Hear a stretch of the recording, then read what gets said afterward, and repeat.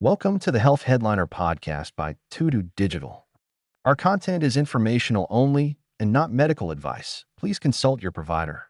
Now, let's dive into today's headlines. Imagine facing a really high chance of getting both breast and ovarian cancer because of your specific genes. It's a tough situation. And then picture having a surgery that could drastically cut the risk for one, but you're just not sure about the long-term hit to your overall health.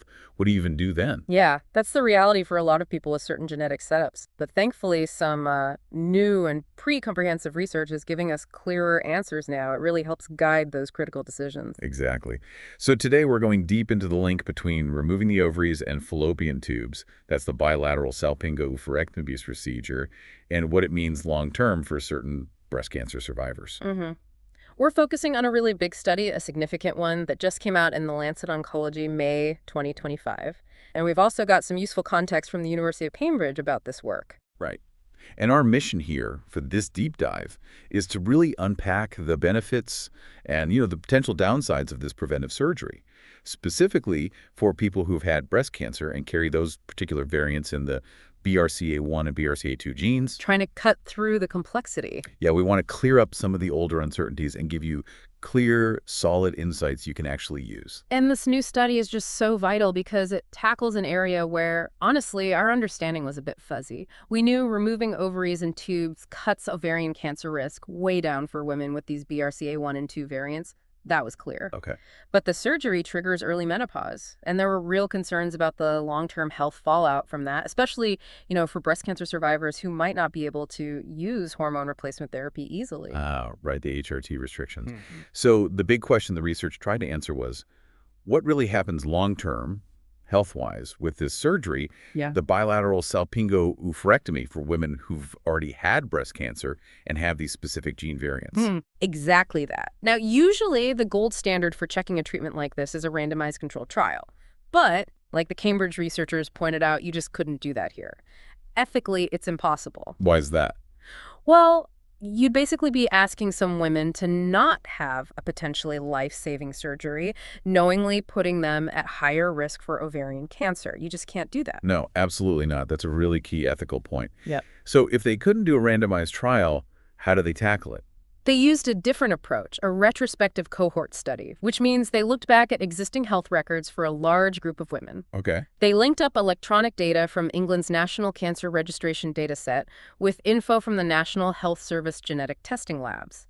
This let them compare the long-term health of women who did have the surgery versus those who didn't. So looking back at what already happened, rather than setting up a forward-looking experiment. Precisely. They found 3,423 women aged 20 to 75 diagnosed with breast cancer between 1995 and 2019 who definitely had either a BRCA1 or BRCA2 variant. That's a solid number. It is. Then they compared the outcomes. About 8,850 of these women had the surgery to remove ovaries and fallopian tubes, and around 5,570 hadn't. And they followed their health records for, on average, about 5.5 years. 5.5 years median follow-up. That gives you a decent window to see some effects. Right. It does, yeah. And they used some pretty sophisticated statistics to compare the groups. They looked at death from any cause, death just from breast cancer, getting other cancers later on, heart problems, stroke, even depression. So a wide range of outcomes. A very wide range. And crucially, their statistical models adjusted carefully for other things that might skew the results. Like what sort of things? Things like age when diagnosed with breast cancer, the year they were diagnosed, ethnicity, socioeconomic background, specifics about their tumor, any other health issues they already had, and the cancer treatments they got. Okay, so trying to level the playing field for the comparison. Exactly. Trying to make sure the differences they saw were more likely linked to the surgery itself, not these other factors. Makes sense. And another smart thing they did, they treated the surgery as a time-dependent factor, meaning they assessed its impact starting from when the surgery actually happened for each woman. Got it. Okay, so they did all this careful analysis. What did they actually find? What were the main results? Did the surgery make a difference? Oh, yeah. The findings were pretty striking. First off, women who had the surgery, they had roughly a 50% lower risk of dying from any cause during the study period, and also about a 50% lower risk of dying specifically from breast cancer. Wow, 50%, that's huge. It really is. And interestingly, this survival boost was even bigger for women with the BRCA2 variant, a 56% reduction in mortality for them. For BRCA1 carriers, it was still significant at 38%. So clear survival benefit. That really underlines that it's not just about preventing future ovarian cancer, it impacts overall survival, even from the breast cancer they already had. Exactly right. And there's more. The study also showed that women who had the surgery had about a 40% lower chance of developing a second cancer, one that wasn't breast cancer. So a broader protective effect beyond just ovarian. Seems like it. Yeah. Okay, that's another major plus. Now, what about those worries we mentioned earlier? The potential downsides, heart problems, depression, linked to early menopause from the surgery. Right. This was a really key part of the study, and the results here were actually very reassuring. The researchers found no link between having the surgery and a higher risk of cardiovascular diseases. That includes things like ischemic heart disease, reduced blood flow to the heart, or strokes, or depression. Really, no increased risk for those major issues. Nope. Which is important because, some other research, maybe in the general population, had hinted at possible links there. So for this specific group breast cancer history plus BRCA1 or 2, it looks like the cancer prevention and survival benefits don't come with an added cost of major heart or mental health problems. That is incredibly positive news. It directly addresses some of the biggest anxieties around this procedure for these women. It really is. They did mention one finding a statistically significant reduction in strokes or cerebrovascular diseases, but they were very cautious about it. Why cautious? Just because the number of actual stroke events was quite small. So they said, look, this is interesting, but we need more research to be sure about that specific finding. Don't read too much into it yet. Understood. So tentative possible benefit there, but the main thing is no increase in risk for stroke or heart disease or depression. Exactly. That's the big takeaway on the potential harms. The major worries just weren't borne out by this data, at least over this time frame. Okay, so big benefits for survival, lower risk of other cancers, and no apparent increase in these major cardiovascular or mental health risks. What about cancer in the other breast? Did the surgery affect that? They looked at that too, the risk of contralateral breast cancer. They didn't find a significant link between this surgery removing ovaries and tubes and the risk of cancer in the other breast. But it's a bit complicated because a lot of women in the study who had the ovary removal surgery also chose to have their other breast removed preventatively. Ah, okay, so that would obviously affect those numbers directly. Right. Those decisions are often related for these women, so it's hard to isolate the effect of just the ovary removal on the other breast in this context. Makes sense. Were there any other kind of standout findings from the study? Yes, actually. Something quite important on the access side of things. The researchers found that uptake of this preventive surgery was significantly lower among Black women and Asian women compared to white women. Cool. And also, women from more socioeconomically deprived areas were less likely to have had the surgery. That's concerning, a disparity like that. Did the study give any clues why that might be? Is it about awareness or access or... The study itself flags the disparity but doesn't pinpoint the exact reasons. That wasn't its main focus. But it definitely signals, look, we need to figure this out. Why aren't all women who could benefit getting this option equally? Are there barriers we need to address? Absolutely. That seems like a crucial area for follow-up work. Yeah. Okay, so pulling this all together, what are the real implications here? What should women with a breast cancer history and these BRCA variants take away from this? Well, I think this study gives really strong support for recommending this surgery, the bilateral salpingo-oophorectomy. It helps women make a much more informed choice. How so?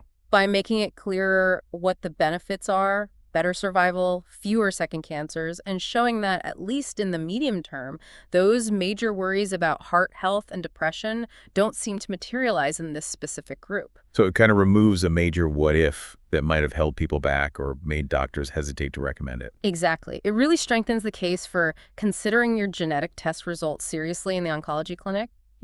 For tailoring risk management to the individual. Personalized medicine in action. Pretty much. And like we just talked about, that finding on disparities, it really highlights the need to make sure everyone who could benefit actually can access these options. It's an equity issue. Definitely. Now, you mentioned this was a retrospective study. Like all research, it must have some limitations, right? Things we need to keep in mind. Absolutely. That's always important. First, because it's observational, looking back at data, it can show strong links, strong associations, but it can't definitively prove that the surgery caused the lower risks. Correlation doesn't equal causation. The classic caveat. While the evidence here is compelling, there's always a chance some other unmeasured factor is influencing things. Okay, that's fair. What else? The follow-up time. 5.5 years on average is good. It gives valuable insight. But for some conditions that might develop much, much later in life, we'd need even longer-term studies to be completely sure about the impact. Right. Some things might take decades to show up. Exactly. Also, they didn't have data on family history of cancer for these women. That could potentially influence the risk of second cancers independently. Another potential confounding factor. And lastly, the study group was mostly white women. So, while the findings are likely relevant more broadly, we need to be a bit careful directly generalizing everything to women of all ethnicities, especially given those uptake differences they found. More research in diverse groups is definitely needed. Those are all really important points for context. It helps frame the findings properly. What did the actual researchers say? Did the authors comment on the significance? They did. Henta-san, who was the first author, really emphasized the reassurance factor. She said, basically, we knew the surgery cut ovarian cancer risk, but there was this question mark over the early menopause effects. Right. And she stated their work is reassuring evidence that for these women with prior breast cancer, the surgery brings clear survival benefits and lowers other cancer risks without that feared increase in heart problems or depression. So, directly addressing that core uncertainty. Directly. And Professor Antonio, the senior author, called the findings crucial for counseling women with these genetic links. He stressed that it empowers them to make truly informed choices about having the operation. Giving them the data they need. Yes. And he also gave a nod to the power of the big National Health Service data sets, saying how vital they are for doing this kind of high-impact research that really matters for patient care. It's amazing what you can learn from that kind of large-scale health data. Absolutely. It lets us answer questions that are really hard or even unethical to tackle with traditional experiments. Okay, so let's wrap this up. If you had to boil it down, what's the single most important message for our listeners from this deep dive? I think the core message is this. If you've had breast cancer and you carry one of these specific BRCA1 or BRCA2 gene variants, having surgery to remove your ovaries and fallopian tubes seems to offer a real significant survival advantage. It also lowers your risk of other cancers.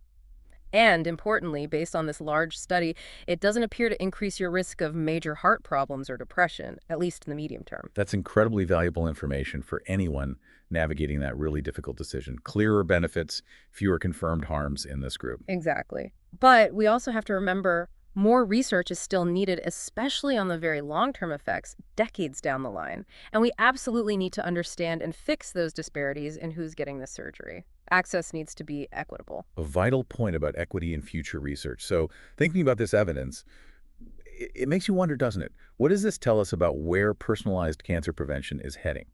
And maybe more importantly, how do we make sure that everyone who's at high risk can actually access these kinds of potentially life-saving options? That's the big question, isn't it? It really is. Something important for all of us to think about. Well, thank you for walking us through that fascinating and really important study today. Thanks for tuning in to the Health Headliner podcast by To Digital. Like and subscribe for more health news and breakthroughs. Stay healthy and informed. See you next time.